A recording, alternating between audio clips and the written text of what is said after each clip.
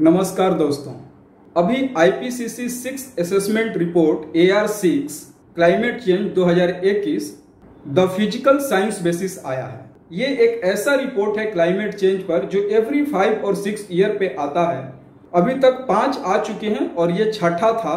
इस तरह के रिपोर्ट की वैल्यू ग्लोबल रिसर्च कम्युनिटी में जो क्लाइमेट चेंज पे काम करते हैं इसकी वैल्यू बहुत ज्यादा होती है। और दोस्तों, इस रिपोर्ट की महत्व इतनी ज्यादा है कि इस रिपोर्ट ने 2007 में जब IPCC की 4th असेसमेंट रिपोर्ट आई थी तो नोबेल पीस प्राइज जीता था। उस समय अमेरिका के पूर्व वाइस प्रेसिडेंट अल गोर, जिनका एक डॉक्यूमेंट्री भी रिलीज हुआ था एन इनकन्वीनियंट ट्रूथ, और उसके साथ IPCC के इस रिपोर्ट के जिस समय इंडियन मूल के उस समय डॉक्टर राजेंद्र पचौरी जी भी थे, इन दोनों लोगों को साथ में नोबेल पीस प्राइज मिला था। इस रिपोर्ट के बेसिस पे गवर्नमेंट नेशनल और इंटरनेशनल लेवल पे पॉलिसी सेट करती है ताकि आने वाले क्लाइमेट चेंज की वजह से फ्यूचर में जो भी दिक्कतें आएगी उसको कैसे हम मिनिमाइज कर सकें या उसको कैसे हम उसके साथ कॉप अप कर सकें। IPCC का सेटअप 1988 में हुआ था। उस समय UNEP, United Nation environmental programme, और वर्ल्ड मेट्रोलॉजिकल ऑर्गेनाइजेशन ने मिलकर IPCC की गठन किया था। IPCC के पास कोई भी रिसर्चर नहीं होते, उस ऑर्गेनाइजेशन में कोई एनालिसिस नहीं होता। वो वर्ल्ड के टॉप मोस्ट रिसर्चर को हायर करते हैं जो क्लाइमेट चेंज पे काम करते हैं, और वर्ल्ड में जो भी रिसेंटली पेपर पब्लिश हुए हैं उसको वो लोग एनालाइज करते हैं और उसी एनालिसिस के बेसिस पे वो एक रिपोर्ट देते हैं, और वही report after a lot of scrutiny और उसी रिपोर्ट को IPCC रिलीज करती है। अभी तक IPCC ने 5th असेसमेंट रिपोर्ट प्रोड्यूस कर चुका था। ये जो अभी प्रोड्यूस हुआ है वो असेसमेंट रिपोर्ट 6 है। IPCC का रिपोर्ट 3 वर्किंग ग्रुप मिल के करते हैं। ये जो अभी रिपोर्ट आया है वो वर्किंग ग्रुप फर्स्ट का रिपोर्ट है जो क्लाइमेट चेंज पे आया है। अभी 2 रिपोर्ट आने बाकी हैं और वो दोनों रिपोर्ट नेक्स्ट ईयर आएगा अप्रोक्स सितंबर 2022 में। और जो IPCC वर्किंग ग्रुप 2 का रिपोर्ट आएगा वो इम्पैक्ट, वल्नरेबिलिटी और एडेप्टेशन के पार्ट को डील करते हैं।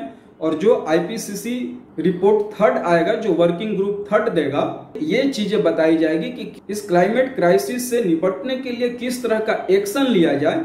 ये जो वर्किंग ग्रुप फर्स्ट ने क्लाइमेट चेंज 2021 का रिपोर्ट दिया है वो लगभग मोर देन 240 साइंटिस्ट जो क्लाइमेट चेंज पे काम करते हैं थ्रू आउट द ग्लोब अपना अपना कंट्रीब्यूशन दिया है इस रिपोर्ट को तैयार करने में, और more than 14,000 scientific research paper पढ़ा गया है इस रिपोर्ट को तैयार करने के लिए। तो दोस्तों, थोड़ा सा हम बात कर लेते हैं हिस्ट्री ऑफ IPCC रिपोर्ट का। पहला IPCC रिपोर्ट 1990 में आया था और उसी रिपोर्ट के बेसिस पे UN ने फ्रेमवर्क तैयार किया था negotiation climate change. Second IPCC की असेसमेंट रिपोर्ट 1995 में आया था, जिस रिपोर्ट के बेसिस पर क्योटो प्रोटोकॉल 1997 किया गया था। थर्ड रिपोर्ट IPCC का 2001 में आया था। 4th रिपोर्ट IPCC का 2007 में आया था। जैसा कि मैंने पहले बताया, 2007 के IPCC रिपोर्ट को नोबेल पीस प्राइज भी मिला था, और उसी रिपोर्ट के बेसिस पे 2009 में कोपेनहेगन में क्लाइमेट चेंज की एक मीटिंग भी हुई थी निगोशिएशन से रिलेटेड। IPCC की 5th असेसमेंट रिपोर्ट 2014 में आया था, और इसी रिपोर्ट के बेसिस पे 2015 में पेरिस एग्रीमेंट भी हुआ था। अब दोस्तों आते हैं कि ये IPCC का रिपोर्ट इंडिया के प्रोस्पेक्टिव में कितना इंपॉर्टेंट है। दोस्तों, इस रिपोर्ट के अनुसार साउथ एशिया में second half of 20th century monsoon decline हुआ है। सेकेंड हाफ 20th सेंचुरी का मतलब आप 1950 से 2000 तक ले लीजिए। ये बात इंडिया के लिए भी ट्रू है। इंडिया में भी बहुत सारे क्लाइमेट चेंज पे पेपर पब्लिश हैं, और उस पेपर में भी यही बात कही गई है कि इंडियन समर मानसून का जो ट्रेंड है वो 1950 से लेकर 2000 के बीच में डिक्लाइन किया है। हम पूरे इंडिया की बात करते हैं, किसी पर्टिकुलर एरिया की बात नहीं कर रहे हैं। लेकिन IPCC रिपोर्ट क्या कहती है कि आने वाले समय में south and south east Asian monsoon का प्रिसिपिटेशन इंक्रीज करेगा, और ये मीडियम कॉन्फिडेंस के साथ कहा गया है। अगर स्पेशली साउथ एशिया की बात की जाए तो इस रिपोर्ट में एनुअल और समर मानसून का प्रिसिपिटेशन आने वाले 21st सेंचुरी में इंक्रीज होने की संभावना बताई गई है, वो भी मीडियम कॉन्फिडेंस के साथ। इस रिपोर्ट में यह भी कहा गया है कि 21st सेंचुरी में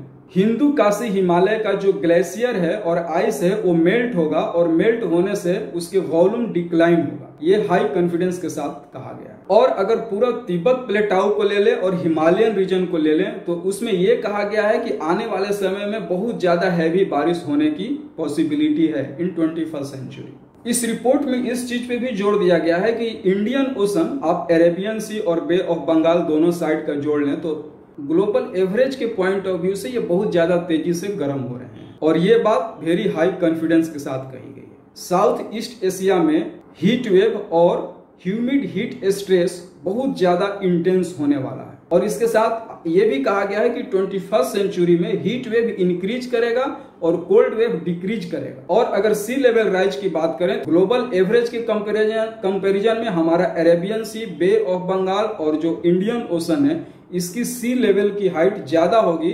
हिमालय का ग्लेशियर पिघलने से जो रिवर उससे कनेक्ट है, जो ग्लेशियर पिघलने से जिस रिवर में पानी आता है वो अगर ज्यादा पिघलेगा तो ग्लेशियर की कमी हो जाएगी और ग्लेशियर कमी होने से जो रिवर में रन ऑफ है, जो रिवर में पानी की अवेलेबिलिटी है वो डिक्रीज हो जाएगा। तो वाटर स्ट्रेस के कंडीशन आ सकते हैं 21st सेंचुरी में, खासकर उस रिवर में जो रिवर हिमालयन से ओरिजिनेट करता है।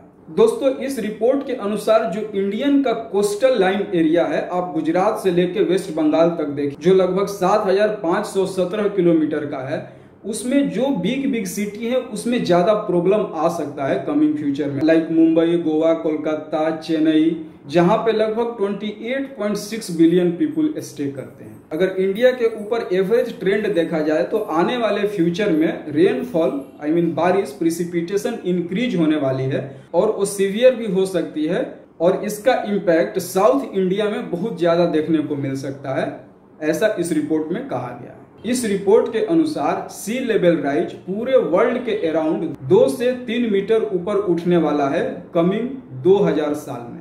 इवन जब टेम्परेचर मेंटेन करके रखा जाए 1.5 डिग्री सेंटीग्रेड तब, और अगर ये टेम्परेचर बढ़ के 2 डिग्री सेंटीग्रेड हो जाता है आने वाले फ्यूचर में तो ये 2 से 3 मीटर के जगह पे 6 मीटर राइज हो जाएगा।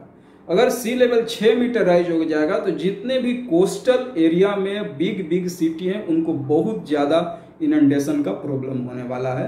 जैसे कुछ बातें इस रिपोर्ट में बिल्कुल स्पष्ट तरीके से कही गई है कि कुछ ऐसी फेनोमेनन होगी क्लाइमेट चेंज के वजह से आने वाले फ्यूचर में कि वो इरिवर्सिबल होगा। जैसे ओशन का अपर पार्ट का जो स्ट्रेटिफिकेशन है, अब जैसे वर्टिकल चेंज होता है सी वाटर के डेंसिटी में, उस तरह की फेनोमेनन जो है वो होगी। ओशन एसिडिफिकेशन, इसमें ओशन के पीएच वैल्यू कम हो जाता है, इससे जो ओशन के एनिमल्स हैं, जो ओशनिक एनिमल्स हैं, उनको बहुत ज्यादा प्रॉब्लम होता है क्योंकि वो लो पीएच पे उनकी जो मेटाबॉलिक एक्टिविटी है वो सही से फंक्शन नहीं कर पाता है।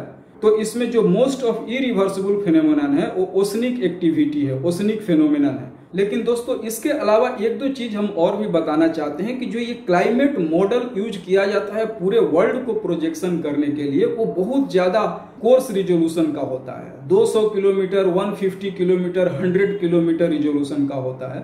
तो इतना ज्यादा रिजोल्यूशन का होने के कारण ये जो लोकल फेनोमेनन है, जो रीजनल स्केल पे फेनोमेनन है, उसको अच्छे तरह से प्रिडिक्ट नहीं कर सकता। इसीलिए इसको रीजन वाइज पॉलिसी बनाने के लिए जैसे डिसेंट्रलाइज इससे नहीं बना सकते क्योंकि वो लोकल फेनोमेनन उसमें ज्यादा इम्पैक्ट करता है। वो लोकल फेनोमेनन को बहुत ज्यादा कैप्चर नहीं कर पाता है जो ये क्लाइमेट मॉडल जिसके बेसिस पे आईपीसीसी रिपोर्ट और थ्रू आउट द ग्लोब बनाया जाता है। कि जब आप रिसर्च करें, जब आप एनालिसिस करें तो इन सब चीजों को भी ध्यान दें। जो लोकल एनालिसिस है वो इस ग्लोबल एनालिसिस से कितना वेरी करता है, क्या ट्रेंड सेम आ रहा है या ट्रेंड अपोजिट आ रहा है, इस चीज पे ध्यान देना होगा क्योंकि लोकल पॉलिसी बनाने के लिए लोकल एनालिसिस बहुत ज्यादा इम्पोर्टेंट है। तो दोस्तों ये वीडियो आपको कैसा लगा आप जरूर कमेंट बॉक्स में लिखिए और इससे रिलेटेड जो भी आपके मन में क्वेश्चन है आप जरूर कमेंट बॉक्स में लिख के पूछिए। और अगर ये वीडियो अच्छा लगा तो हमारे YouTube चैनल को भी सब्सक्राइब कीजिए। नमस्कार।